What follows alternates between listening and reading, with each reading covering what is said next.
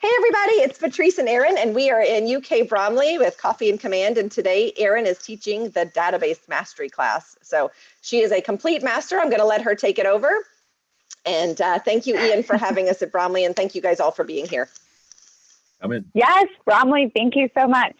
And Ian, so I'm actually even more excited to teach this today. I'm going back and forth between teaching database today and a Gene Rivers course all about listings. And one of the things that he said is that the most recent study done or whatever from the NAR showed that half the people now are buying from the same agent that used to.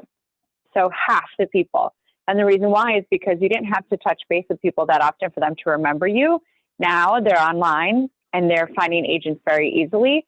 So you actually have to touch base even more, which is obviously the point of the database. So I'm very excited. Let me get this share going here. And you should have it. And Gene Rivers is brilliant. Yep. Anytime you guys have an opportunity to see him, he is just, he's direct. He goes straight to it. Like he tells you the stuff that you're pretending to ignore, and he delivers it in such a way that you're like, oh my God, I love that. Yeah, he's amazing.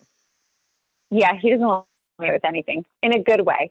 He calls you out. I'm like, oh, I want that power. They're spectacular. Okay. I have lots of things in our systems that are all Gene Rivers copied. I see the screen. Okay, perfect. I've got to make sure it's on the right screen. Okay, so please be interactive. Stop me if you have any questions. I love questions and I love giving people clarity. So let's just go for the goals on clarity today. All right. Making the most of your database. So you guys, I was in the business for 3 years before I joined Keller Williams, which was 6 years ago, something like that. And my second day or something, they were starting Ignite. Now, if you've ever taken Ignite, you know that the second class of Ignite is a database class. I think everyone else, and I'm sure in England you feel the same way. I went into the class and I was like, oh, this doesn't work here. These things, we're New York City. We don't do things like this. That's like middle America stuff, right? And I'm sure in London you were like, that's, out in the burbs, whatever you call it there. But I was like, you know what? All of these people are so successful. There's a reason why I came to this company. Why don't I just have a little faith? So after that second class, I took my database, which thankfully I already had. I knew what a database was. I wasn't using it properly, but I knew what it was. I'm not insane. So I first downloaded everybody from it, but then I completely wiped it. And no one was allowed back into my database. I was using Top Producer at the time. No one was allowed back into my database until I had a conversation with them and they agreed to be put back in. And I'm not thank you for calling me a master, Patrice. I feel like I'm a master in training because I'm really trying to get there to be a master of this. But I've definitely had some times where I took a step back and then times that I was full force running with it. But the business that I get from this is insane. So what is a database, guys? I would love for somebody to be a little bit interactive with me right now and let me know what you guys feel is a database. Fiona. Oh, Fiona. Yes. I don't think you're not muted, so you're an easy target. I'm sorry. So what do you think a database is? What is a database? Do you like in a real estate property sense or just generally? Just generally. I mean, there's really no wrong answer here, to be clear. I'll just open-ended kind of. Yeah, a database is obviously a great way of having lots of data and information all together in one place, and it just enables the data user or the client or the customer or the employee or whoever you are to look at a large volume of information quickly and easily and make sense of it and start to notice things like maybe trends or patterns or things which keep reoccurring, and you can use it to make predictions about in the business world. You can use a database very easily to make predictions about what's around the corner in terms of business and that kind of thing.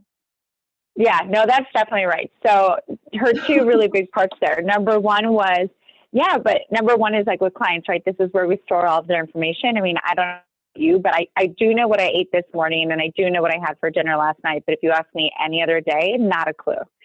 So, yes, Absolutely right. This is where you're putting all the information. And then, yeah, there's a lot of big companies that use their database so that they can track analytics, track trends, everything. Absolutely. What else? Dan, I feel like you were going to say something. I always say something, so it's I feel like I need to give someone else a chance, but a database to me is purely a network. It's a network of people that know, like, and trust you that you can utilize in any part of your life or business. Yeah, absolutely. I mean, hopefully, right? Because as we know, according to the stats, the number one thing that a buyer looks for when they're looking for an agent is somebody that that's reliable and honest. So hopefully they rely on. Yeah, Patrice. Can I just say, so, and Ginny, you'll know, so this morning someone applied, I was telling Alex this, someone applied for Keller Mortgage, and I got a message this morning at 2:30 in the morning that said, your client has just applied for a loan. And I literally was like, send out to Liz and Jenny, I'm like, I have no idea who this person is. So thankfully, Liz was able to go into the database and find that this was a lead that came through our lead accelerator tool, strangely enough, in October. It was assigned to an agent who's no longer on our team, and we were able to find out who that was. If I didn't have that, we literally didn't have a clue. So I would have let that go through the cracks. And so it's just really interesting how sometimes we think we remember everybody and we just don't, right? Yeah. No, absolutely. Alex? Yeah, also, I think a database is like to give reminders, like of the follow-ups and stuff, like how you were showing us in Command the other day. But for some reason, I'm more like a spreadsheet kind of guy. I need to learn Command a little bit more. I was telling Patrice that I didn't know I had so many people that own brownstones in this phone. I didn't realize it until I actually put them there. And another question I had, if you have like rental people that, you know, you receive inquiries or whatever, can you put those people in and follow up in a year as well to call them and ask them? Absolutely. Yeah, so they count as well. I mean, we'll talk about it more, but you should actually have a smart plan for people that are letting or are renters. You should have a smart plan where, you know, you're checking on them to make sure they found something. A couple months later, you're checking on them to see if they need anything. How do they like the area? 6 months before, because I know here it takes a little while for them to close. I think you guys actually might be similar in timing. So about 6 months before their lease is up, I'm asking them, are you happy? And would you like to learn about buying versus renting?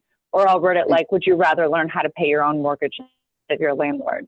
Right? So I'm starting that conversation 6 months before their lease comes up, but that's through a smart plan. But I love that. So we'll definitely go over that.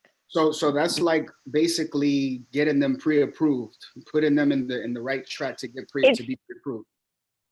Yeah, and it's just starting the conversation, because a lot of times with renters, some of them are like, I have my plan, I'm ready to go, here's my plan, this is when I'll start, etc. And usually 6 months is a little bit before they start, so that's when you want to catch them.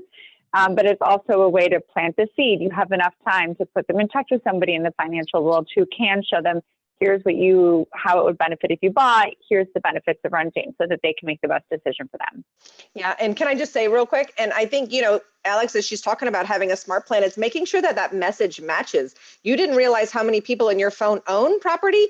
What a lot of renters don't realize is how easy it can be to buy. So if you would drop things like low down payment kind of things, low mortgage rates, if you got a mortgage lender that was to give you something of the cost of rent versus buying and just those kind of things, and then you're just dropping them in your newsletter, they don't even realize that you're educating them along the way, which is also marketing yourself, right? Yes. One more question that I had. I'm sorry. I know I keep asking questions. So is there any way to not be so aggressive in getting them to sign the paper so you can represent them to buy? Because I know a lot of times. That's not this class. We'll talk about it. Yeah, all right. We'll talk after. All right, cool. I love it. But great question. Yeah, because we all want to have them sign paperwork.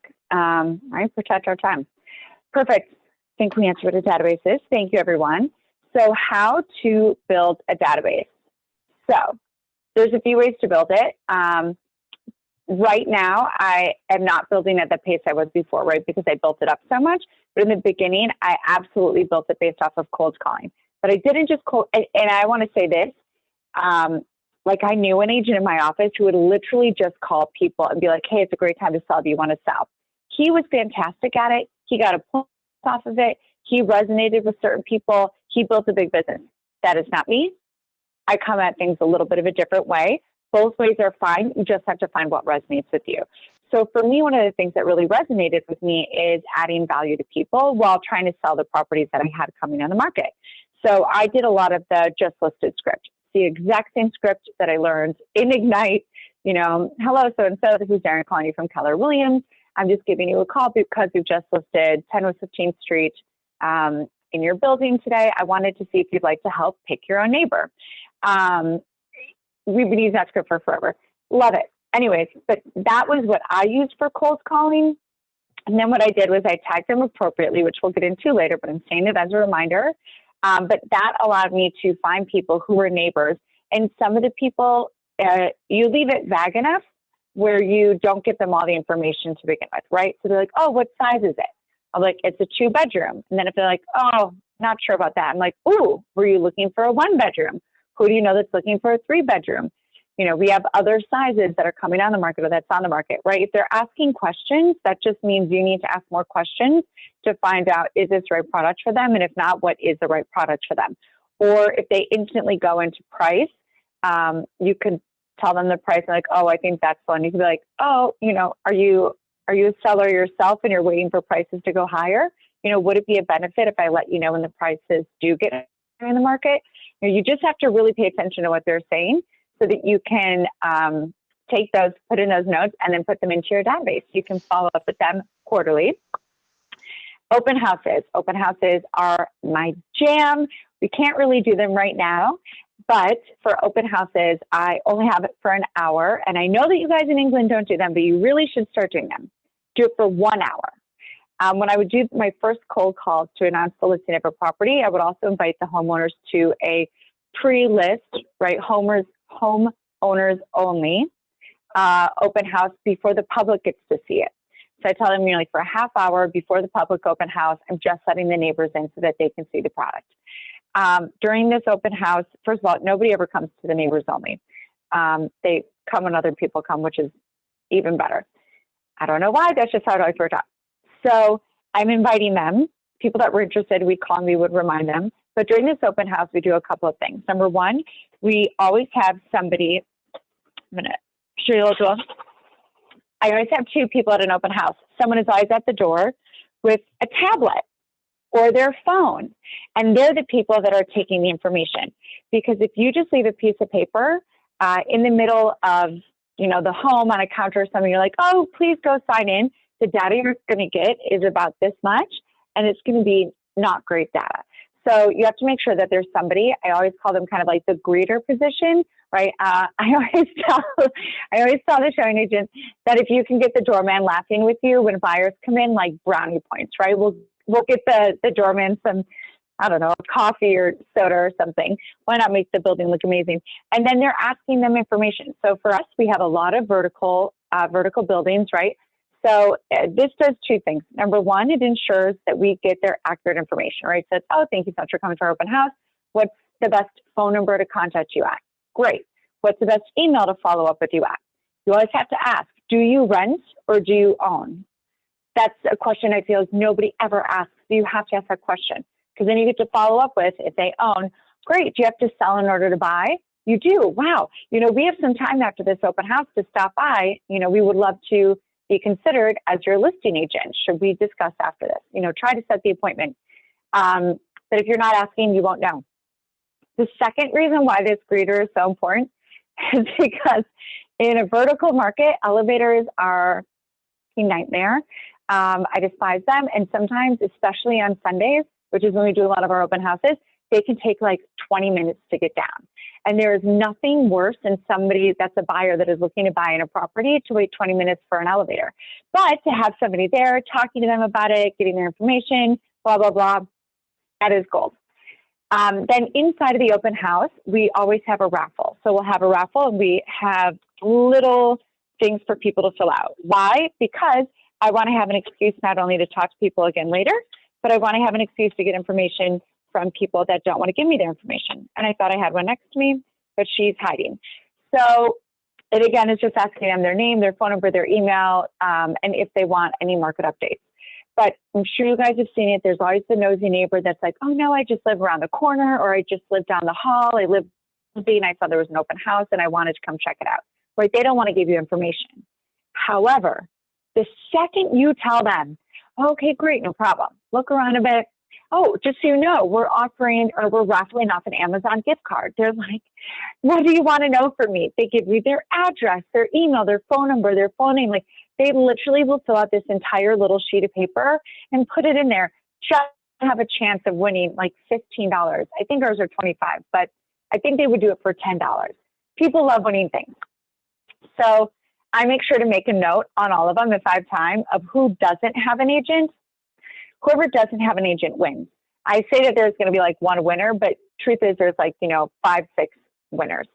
And then all of these people go into the database, right? And then afterwards, I'm going to give them a call. Oh my gosh, you won. This is so exciting. I thought you were going to win. I had a good feeling about you. And I'm going to be in your neighborhood tomorrow at noon. Are you going to be around? And the reason for that is I want to go drop it off. When I'm there, I'm going to make sure that I get upstairs and I hand it to them at the door. And while I'm at the door, say, oh my gosh, you know what? While I'm here, when's the last time you had a free home evaluation? Of course, I'm very smart. I look up the property beforehand, so I know exactly what I'm walking into. But now you know what you're walking into. You can speak educatedly about it. You can speak educatedly about the comps, et cetera. But doing all that extra homework allows you to not only put somebody who you may not have gotten into your database, but now you have specifics, right? Ooh, they upgraded the kitchen. While you're in there, would you ever sell it? Is there a price you would sell for, or is there something that you would buy that would cause you to sell? You have all of these notes, and then you can really keep your eyes on them. And then what a great value add in the future when you have buyers that are looking in a neighborhood, nothing's on the market, and you're like, oh, but I remember I, met X, Y, and Z people. You'll have them tagged appropriately. We'll go over that. So that you can just go find them. And now that's a huge value out of off-market properties for your buyers. Alex, you brought it up. Your phone is so important, you guys. There are so many people in your phone. Call these people, text these people, and move them to your database, right? If it's someone that says, please don't ever contact me again, maybe don't move them into your database.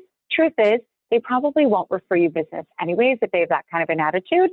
I'm a really big believer in the no's are good, because if somebody says move to the database, that just allows me more time to talk to the yeses and more time to get the yes people in the database, right? So you can build it appropriately. Excuse me again. Social media is great to build your database. I know that there is a way on Facebook that you can pull emails off the back end.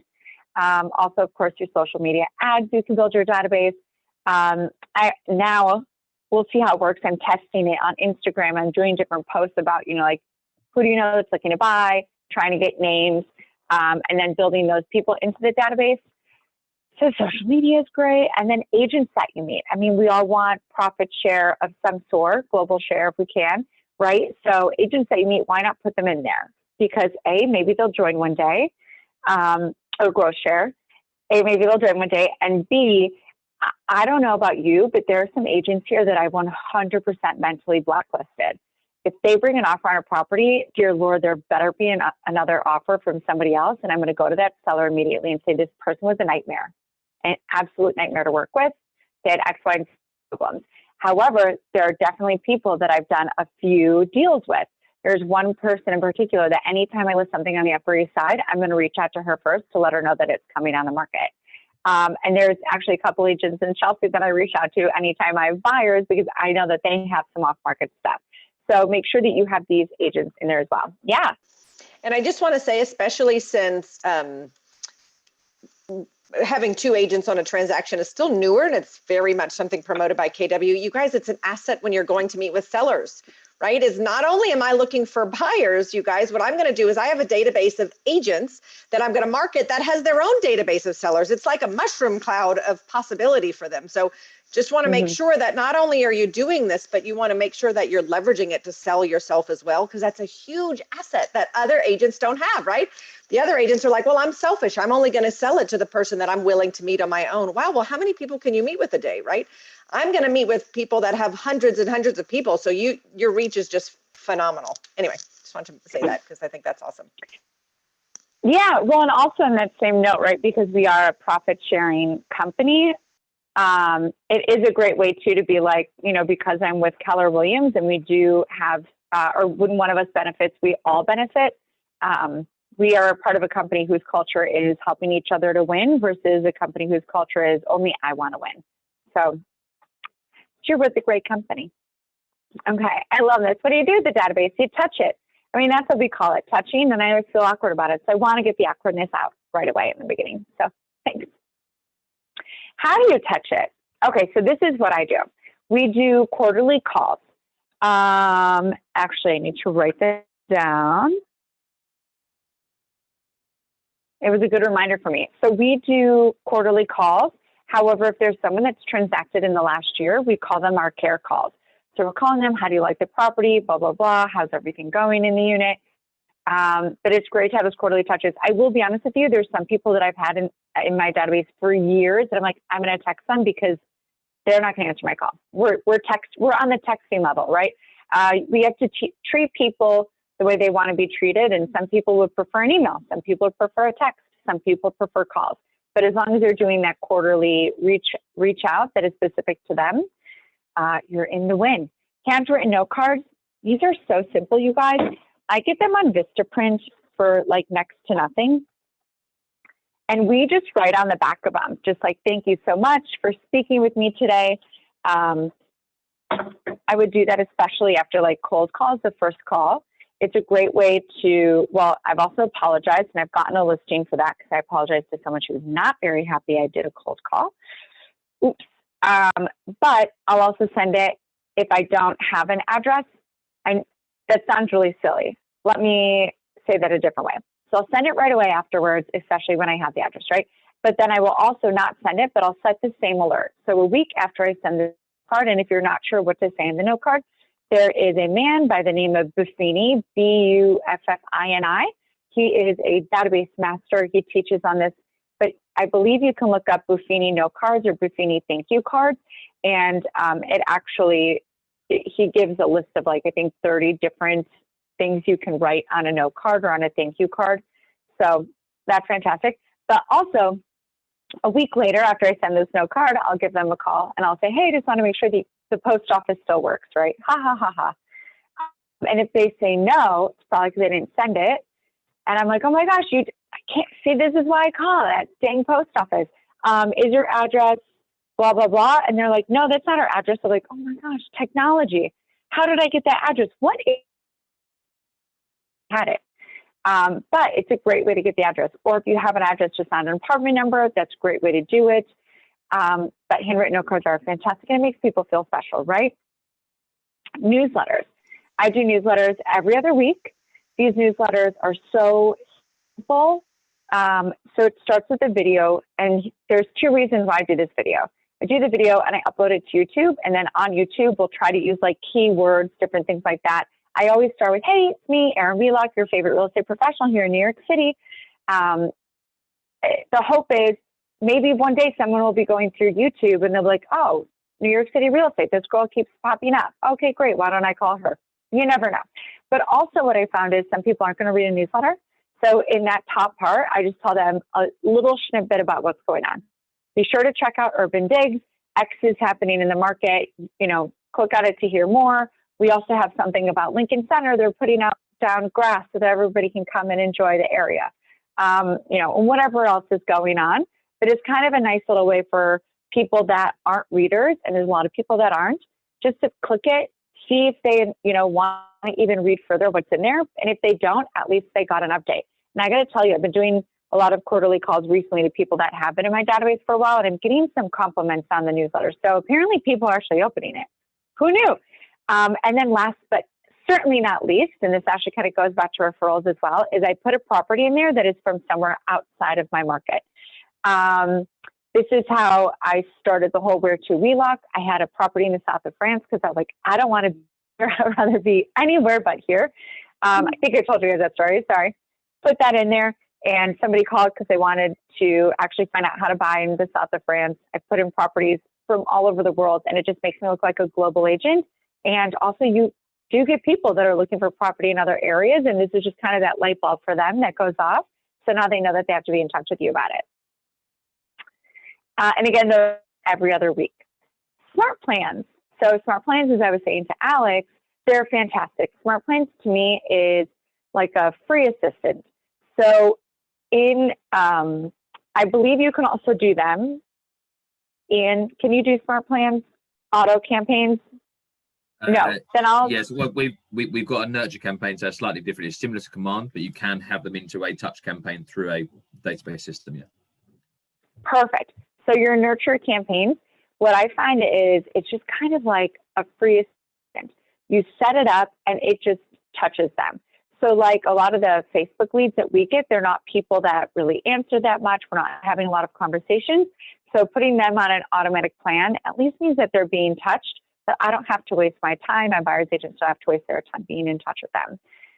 And it's also just a great way to kind of remind you if you don't want to set a task every time, but there always needs to be a next task. I'll get into that. Events. I actually was just discussing with our admin, maybe we can have our first in-person event in August. I don't know, is it too soon? I just want to see people again. But we love events. I know we all spoke about this, but events are such a great way to get face-to-face with people. I've had people, because I know we spoke about this last week, I do have people tell me who they're bringing that I should meet, right? I've easily gotten, I don't know, maybe one piece of business minimum from each from events. But it's a great way, again, to be face-to-face. I know we spoke about it. You can get more information. I won't repeat all that stuff. Gifts. Did I talk about my umbrellas last time? No, yes. Umbrellas? Not sure what? Umbrellas. Okay. I don't think so. I don't. No. Okay. No. So thank you. So we do what we call A+ gifts. They're very cool umbrellas, actually. I'm super big on service. I think, actually, I posted about this on Instagram. It was maybe my favorite compliment in the world. This woman, Linda, and her husband, Matt, are looking to buy here. And it was like, I was like, but I am the best agent, I promise you. She said, well, we were working with people. Anyways, we had this buyer consultation. She was still really cold to me. And then I met her at the first apartment. Thank God I knew the doorman. He'd come from another building, loves me. He tells her, you're in the best hands possible. I'm like, this is great. So then she walks out. I have a car ready because she's looking for a pretty expensive apartment and we're going all over the city and it's about to rain. So I'm like, don't worry, I have an umbrella for you that you can keep and take home. She gets in the car and she goes, well, this is a lot better service than I had with any other agent. I was like, sold. So anyways, service is plus. But these A+ gifts, so we do it quarterly. We did pumpkin pies for the winter, and then we just gave out these for April. So we had a QR code with it. Oh no, now I'm moving things. We had a QR code with it, and the QR code said something along the lines of, do you want to, oh here, oh thank you. Jen is so fantastic.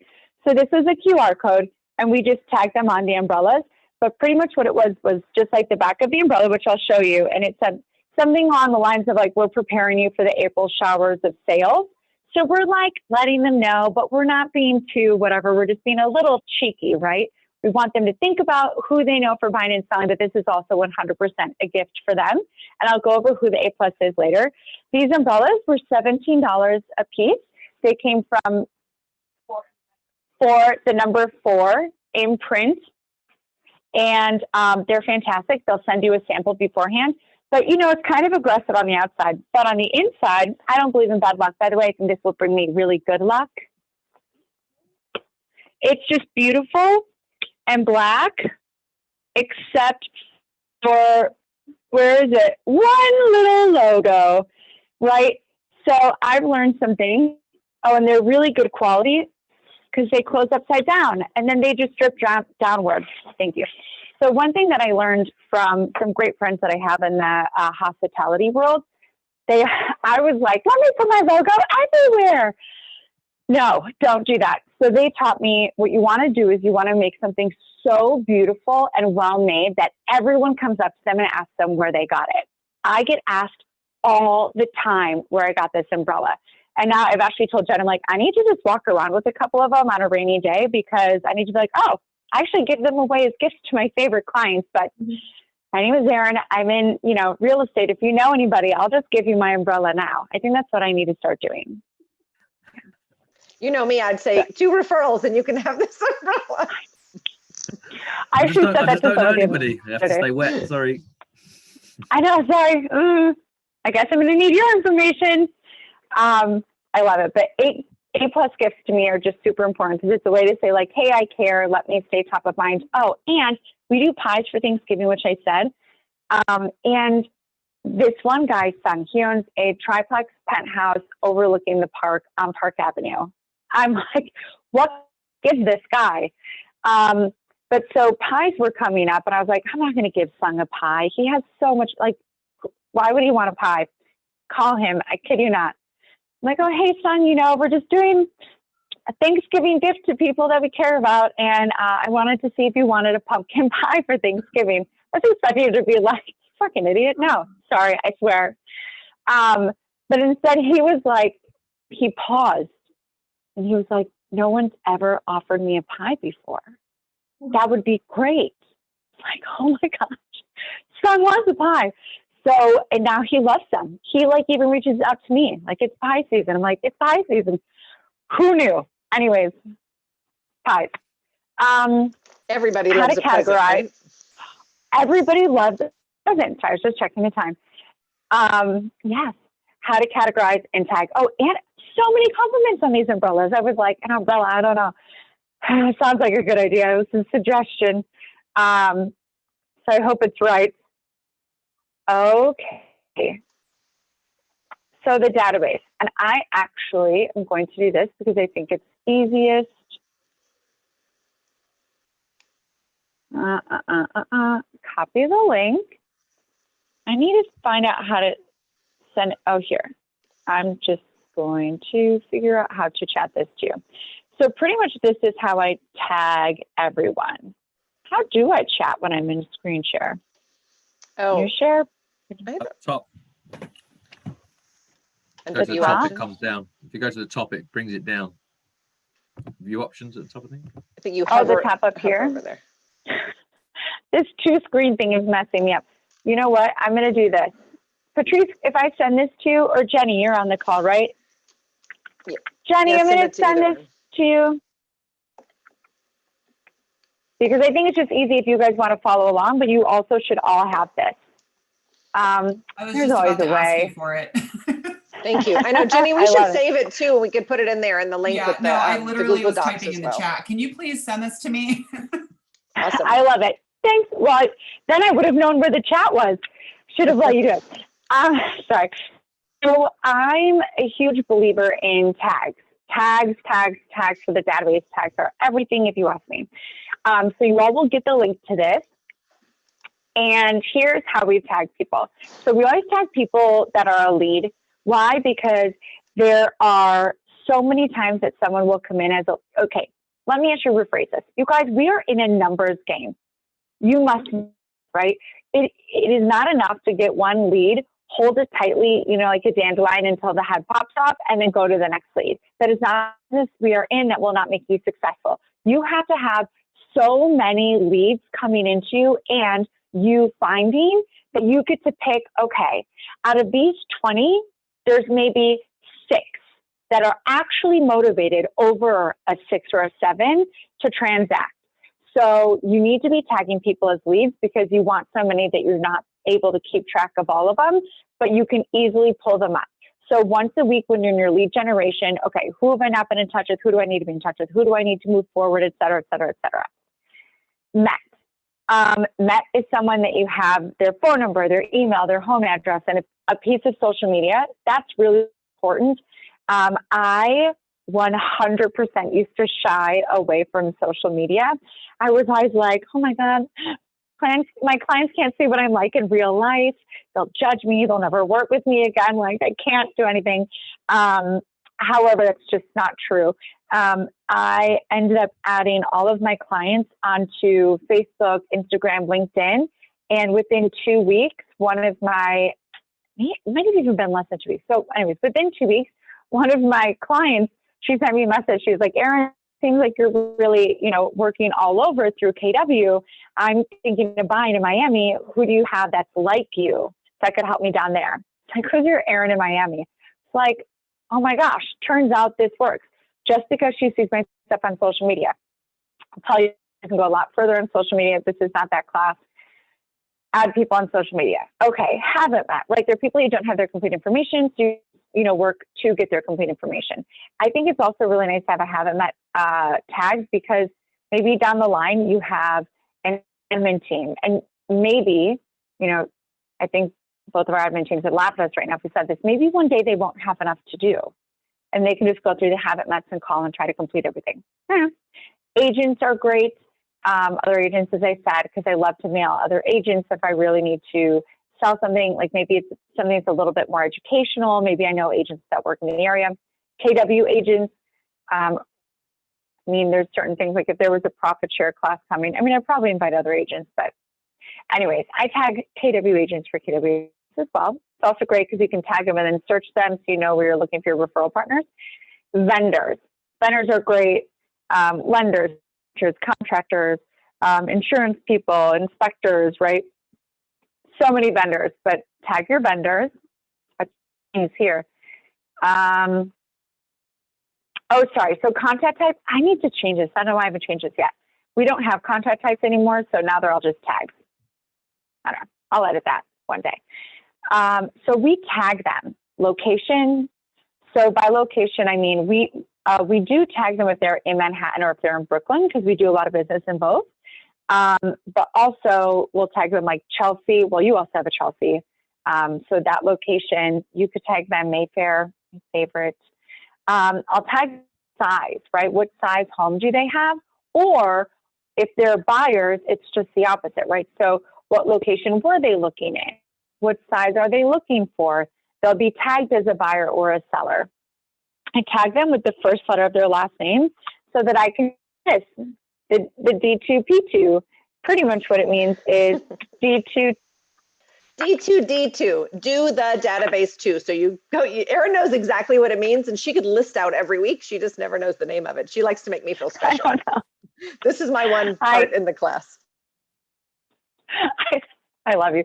But yeah, you call them, or I tag them by the first letter of their last name, and then every week you pull up two letters. Like the first week it's A and W, and then you call all of your A's and W's.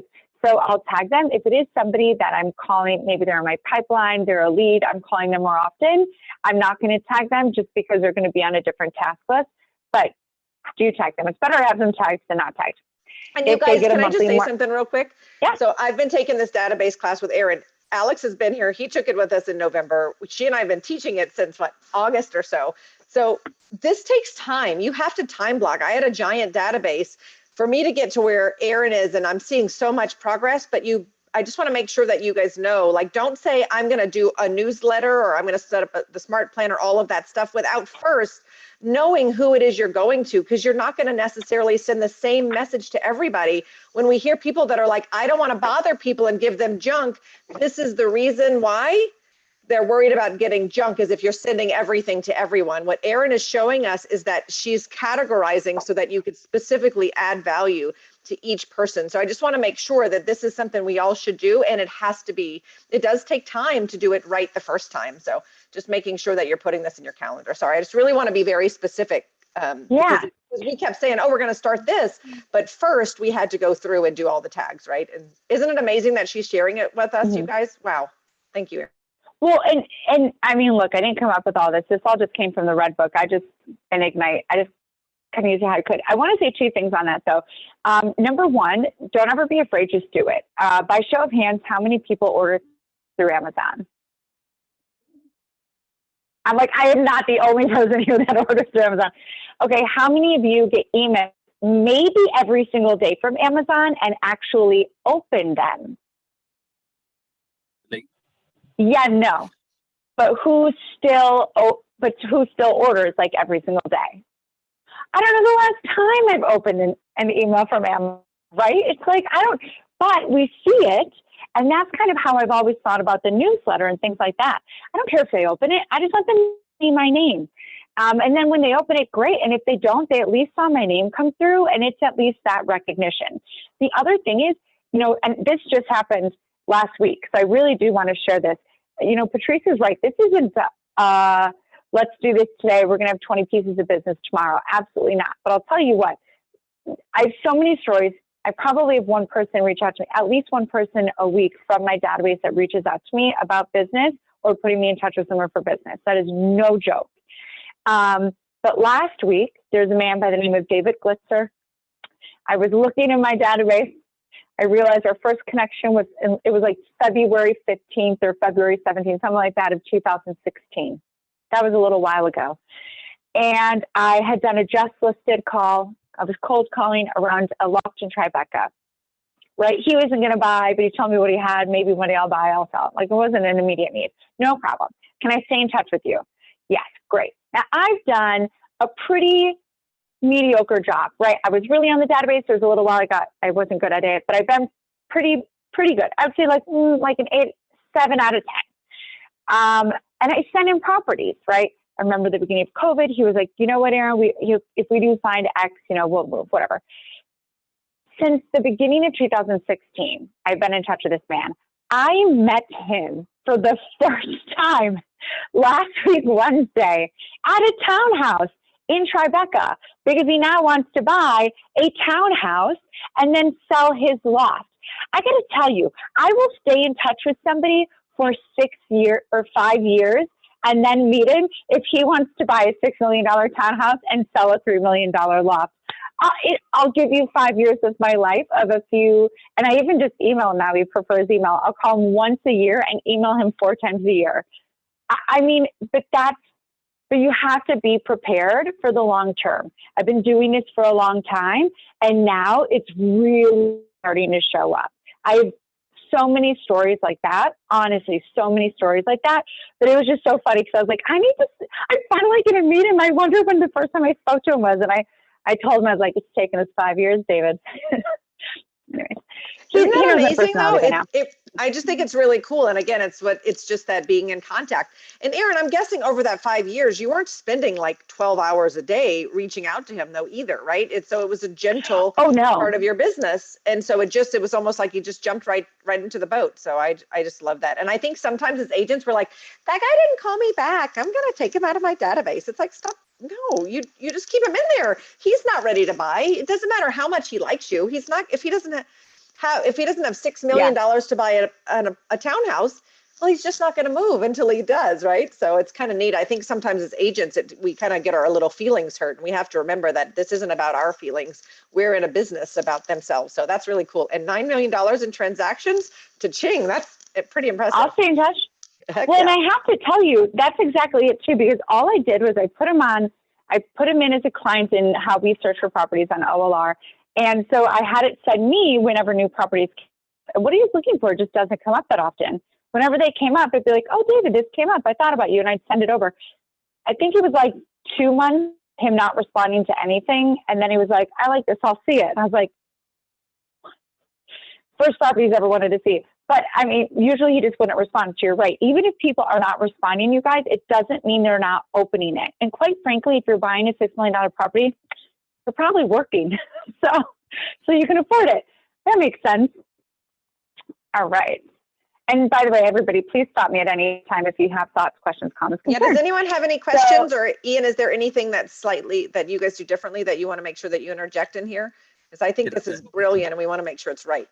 I think the main thing is this is a great part of it. Because a lot of the guys, we're actually digging back into their database, because obviously being fresh, being new, being one of the youngest market centers as well, the people that were here, it's coming to that time with we're getting so busy that we need to go back and think about our database. What are we doing? How are we doing it? Re-tagging it. So Erin, when you said about outside of your area, I simply look at mine. I do BR and non-BR. So if it's in the main patch or outside the main patch, I don't put it in specifics.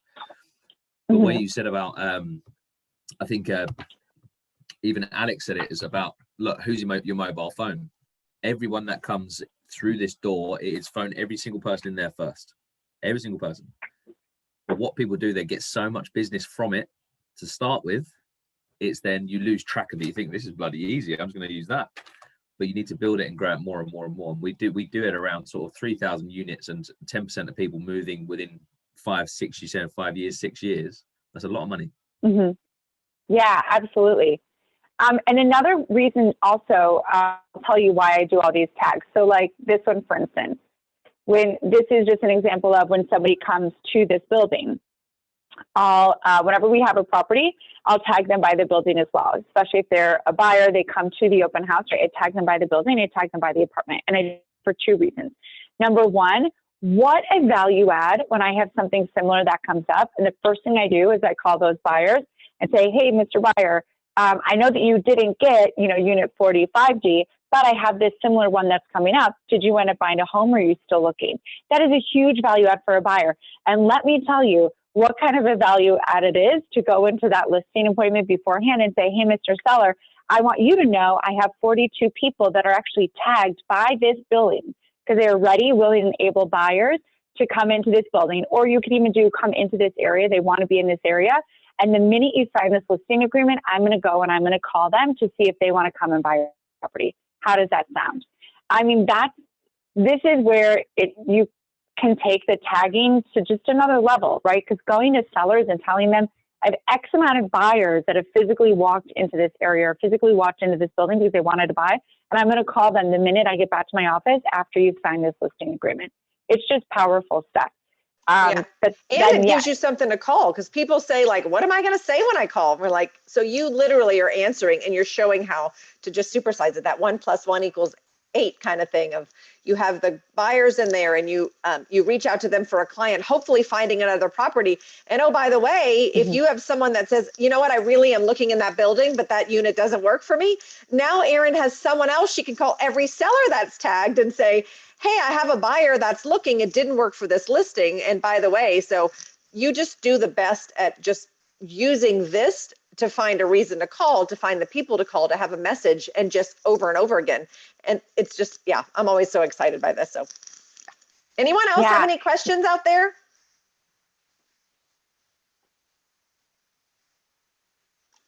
All right. One thing I will say about, well, this is really kind of the last page to go over, you guys. So if you do have questions, please ask them. I mean, there will of course be time at the end, but don't be shy. Okay, so tag. If they're a renter, tag them, put them on that nurture plan. I have my A plus list, A list, B list, C list. My beauty light is in the way, but I know they're here. Oops.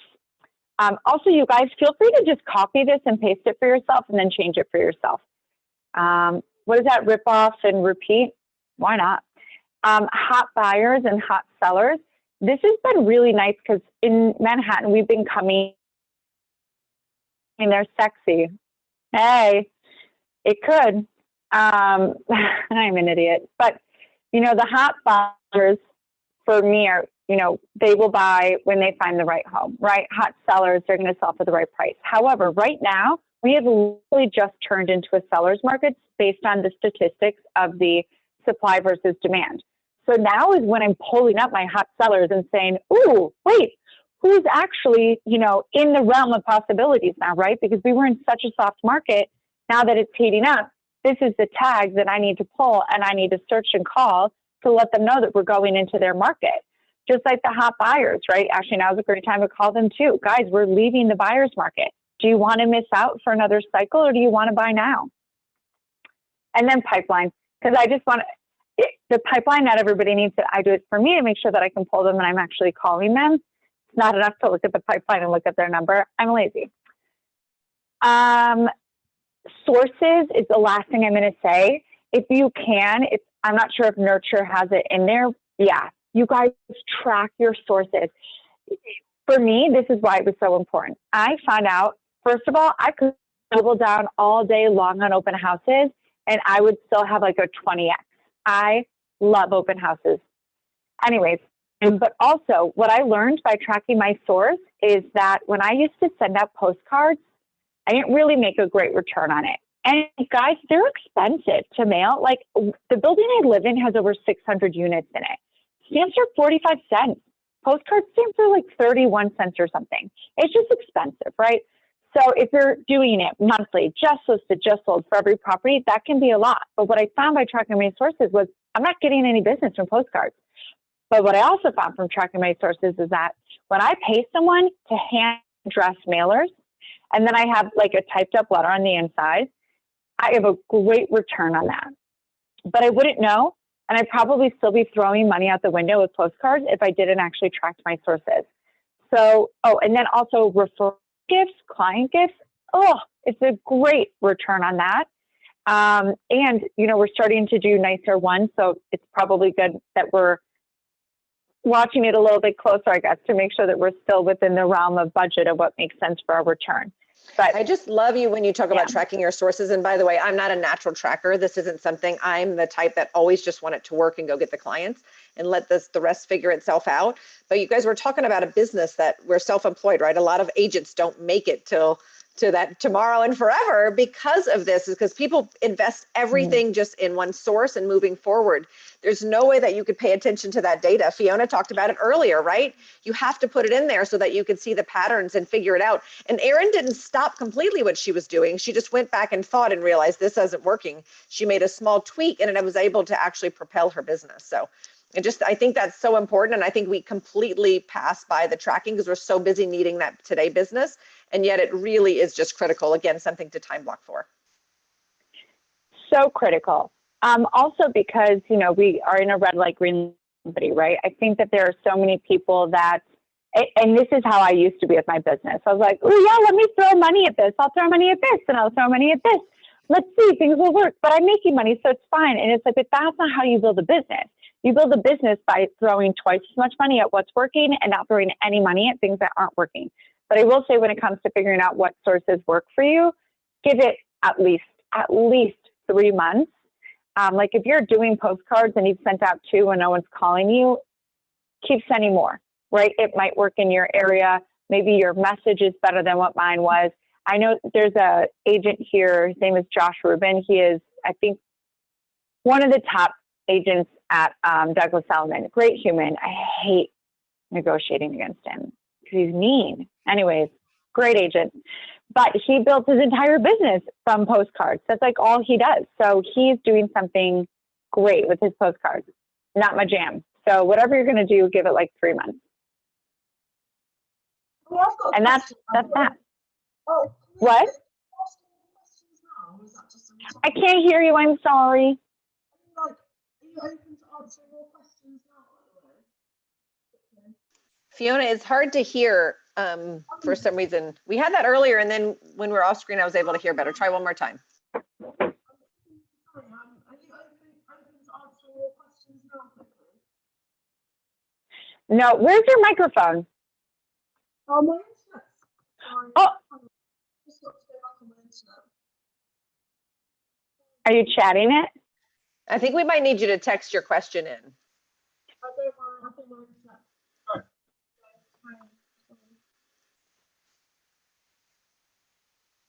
We can't hear you, Fiona. Can you text it into the? Oh, it's my sound. It's not working properly on this thing. it's better now. Is it better now? Yeah, but that side's I wonder if you're closer to the microphone. Oh, Hi, Mehmet. You're on my screen now. working now, by the way. A little. Oh, there's. Try again. Can you hear me? You can type it. Where do I Oh, type there's it? lots of Pop chat. it in the chat. Oh, okay. Yeah. Yeah, because you guys, your questions are probably very similar to what other people are thinking. Yeah. So when I put on there, make sure you guys are putting multiple tags. And I had an assistant once, she was like, you have too many tags for each people. We actually went through and took a lot of our tags out.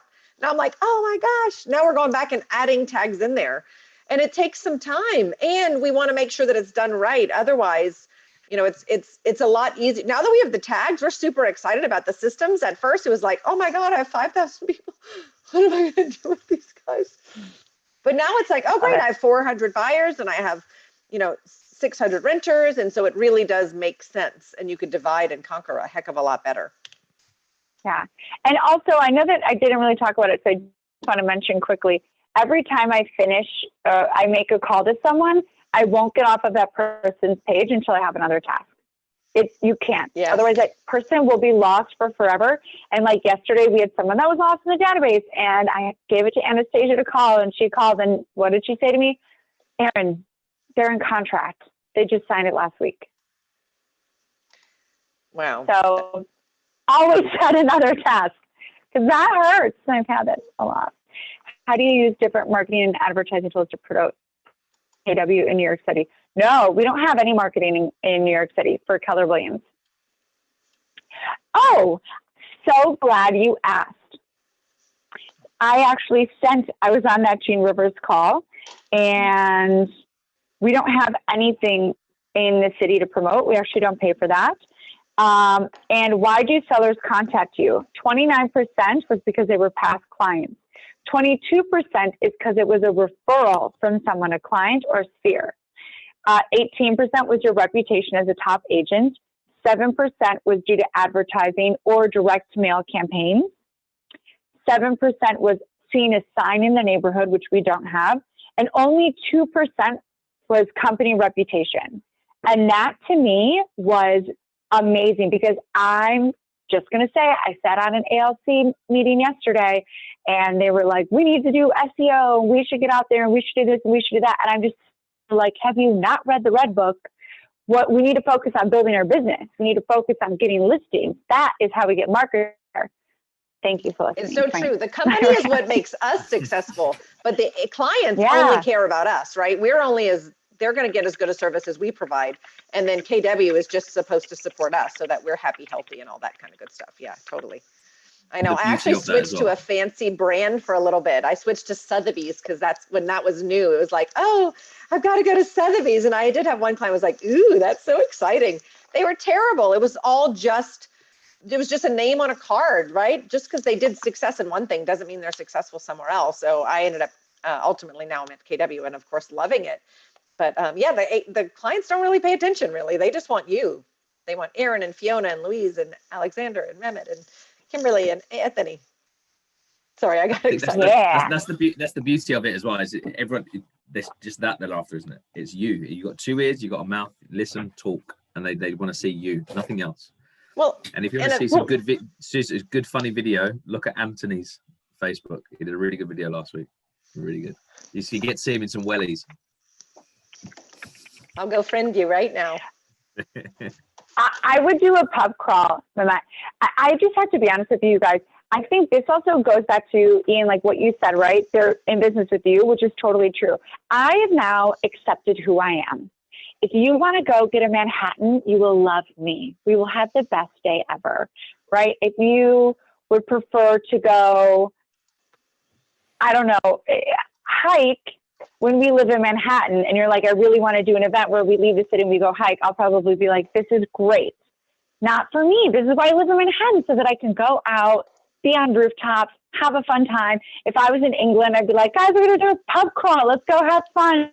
Let's like bet on something. I don't know, if we see an auction, we'll get in there. I probably won't gamble. I'm not good at that. But, you know, I feel like if you are just true to you and you do an event that will make you really happy, then you'll come alive in it and people will love you. And those that should work with you will just be attracted to you. Definitely. So when's your next pub crawl, Mehmet? I'm going to speak to him because you just made his day. Look at him. Look at that smile. I'll give you one thing that most of the clients that I've got probably in my phone that I've ever dealt with over the years I've been in the estate agency have been from the pub. Yeah. That's a good place to lead you. Usually when they want to get out of their face because I'm so annoying, but it's like, just take my number and go away. I love it. Well, like from Patrice last week, I was so inspired. We're actually going to partner with a nail salon and we're going to start doing a monthly like happy hour where people come in, they'll get like one glass of champagne sponsored by us. And then we'll have like a little buyer's guide there, a seller's guide there. I'm like, these are my people. I'll get my nails done with you and drink champagne. Excuse me. Yes. This is champagne. And I mean, people will let you host anything. That's what I do. It's like, right, yeah. $150 and a little card with your name, and you will be the master of everything. And you get so many people. So I love that. I can't wait. I know. I'm like, I want to fly over there. I know we used to do. Well, you gave me the idea. We have everything. So we do a drinking event. Well, typically it was May 1st. So it's here. Cinco de Mayo is a big deal in the US. but nobody wants to hang out with me. I'm not even Mexican on Cinco de Mayo. So we do Uno de Mayo, which is the first. So, you know, again, pick which one is going to be your first and figure out what works. And if it works, then you build on that, and that's your annual. And then you could do another one, because obviously the bigger you build, the more. But Erin's right. It should match you. It should match your brand. It should match all of that stuff. If you're a single dude, like, don't go have kid events. It might be kind of creepy, right? Sorry. I'm just going to say, I think she's right. So, you know, match I'll- your brand, right? So if you're in the suburbs, you know, then hit that market, and you can do all of those stuffs. And again, make sure you're supersizing it, get the photographers and do all that other stuff. And then the other thing, sometimes you go deeper on, Erin, the handwritten cards. You guys, that is powerful. I got a call this week. I got a come list me, or a listing appointment that came from a past client. I didn't sell his house, neither of like 12 other agents, but we just happened to send him a card last week. And what a coincidence. That's what it came up. Erin, you've had that before. You talked about how one lady, you know, was annoyed that you gave her a cold call. Share that story real quick, because I think that's powerful. She screamed at me. Yeah, I kind of mentioned it, but not that much. Her name is Victoria. She screamed at me. I don't know when I caught her, but she was not very happy that I did a cold call. And I was like, oh my. So I sent her an I'm sorry no card. So I am so sorry I caught you when I did. I've taken you off the list. I didn't even have my I didn't put my business card in there, my contact information, just my name. She ended up looking me up. She's like, I feel so bad. You were so sweet. You sent me that card. I actually do want to sell. And she's also referred me like 3 people. I was like, I've offended this for core. I love that story for 2 reasons. Number one is a handwritten card really can change just the tone. It shows people that you're going out of the way. People just don't do it anymore. So making someone special is awesome. And she may have felt like a commodity on the phone call, but Erin made her special. And number 2 is that a lot of people think just because someone has a bad day that they're rude, hang up, and never reach out to them again. So it just also shows us is that it's just all about timing, and people are living their own lives. We're calling them in the middle of something. We don't know what's going on. So don't just throw someone away that you had a previous good relationship just because they're having a moment too. So anyway, I just think that's awesome. And there's not much time, you guys. So any other questions? And we're going to miss you guys because this is our last class together. Yeah. You'll be back. We'll do it in person over a pub crawl. I love Guinness and fish and chips. Yeah, Scott's not here anymore, but he's already said he's going to take good care of us. But yeah, hopefully He will. Oh, there he is. I'll bring the umbrellas. I want one of those Yay. umbrellas, Erin. Seriously, I'm coming to New York for one. Yes, come. Yeah, by the way, if anybody ever wants to come to New York, please let me know. I will roll out the red carpet. I always want to show people around and like the best restaurants. And I'll give you an umbrella. Let me know. I love that. I love that. Any questions? And thank you, Alex, for joining from New York and coming back. You guys, any of these classes, it's always the same link, which is why that first one, we're like, oh no, it has to be our link. It's because anybody can call in. So you guys should come back either to our classes or any other classes you like. You got to keep going again and again and again so that you can become a master at all these things. So thank you so much. Any other questions? Are you guys going to crush this? Is everyone going to really do? Because we're all about the implementation. So you guys have this time. Yes, Anthony. Yeah. Loving it. I can't wait for like 3 years from today. We'll be doing this again, and it'll be like, we won't even get to the class because it'll be like story, like all success stories of how it worked. I'm very excited. Totally. Or we'll all still be in the pub. Be a little happy. Oh yeah, in person. Good point. Yeah, we will be because we're all going to have teams that are going to be running our business in the background, right? So, Jenny, you could come too. We'll leave Liz and the rest of the crew back home. I love it. Thank you guys. This is awesome. And Erin and I are always available for PMS. Make sure you're following us. If you guys have questions, we have dozens of agents all around the world that text us constantly. We do little Zooms and calls. So if you need us, if you have questions, please do reach out. We do feel in relationship. We feel like we know all of you and we're very invested in your businesses. So, and of course, we're excited. Our market center we're like, woo, woo. So we got to keep you guys at the top of the charts. So please do reach out. Obviously, we love referrals. Anywhere in the US, if there's someone that you think you could use, reach out to us because we have partnerships with everybody too, and we'll make sure that you're well taken care of. So thank you. Erin, I may have one for you, so I'll be in touch. Let me know. I love it. I love it. I give great service, I promise. Yeah, and her entire team. She's amazing, and her entire team is fantastic. So, Ian, we'll be in touch. We'll definitely put some more stuff together in some masterminds, and we'll be back soon. Thanks, you guys. Thank you so much, Thanks, ladies. Thank you guys. Bye. Guys. Weekend, guys. Bye. Bye. Oh, I got to press my stop recording.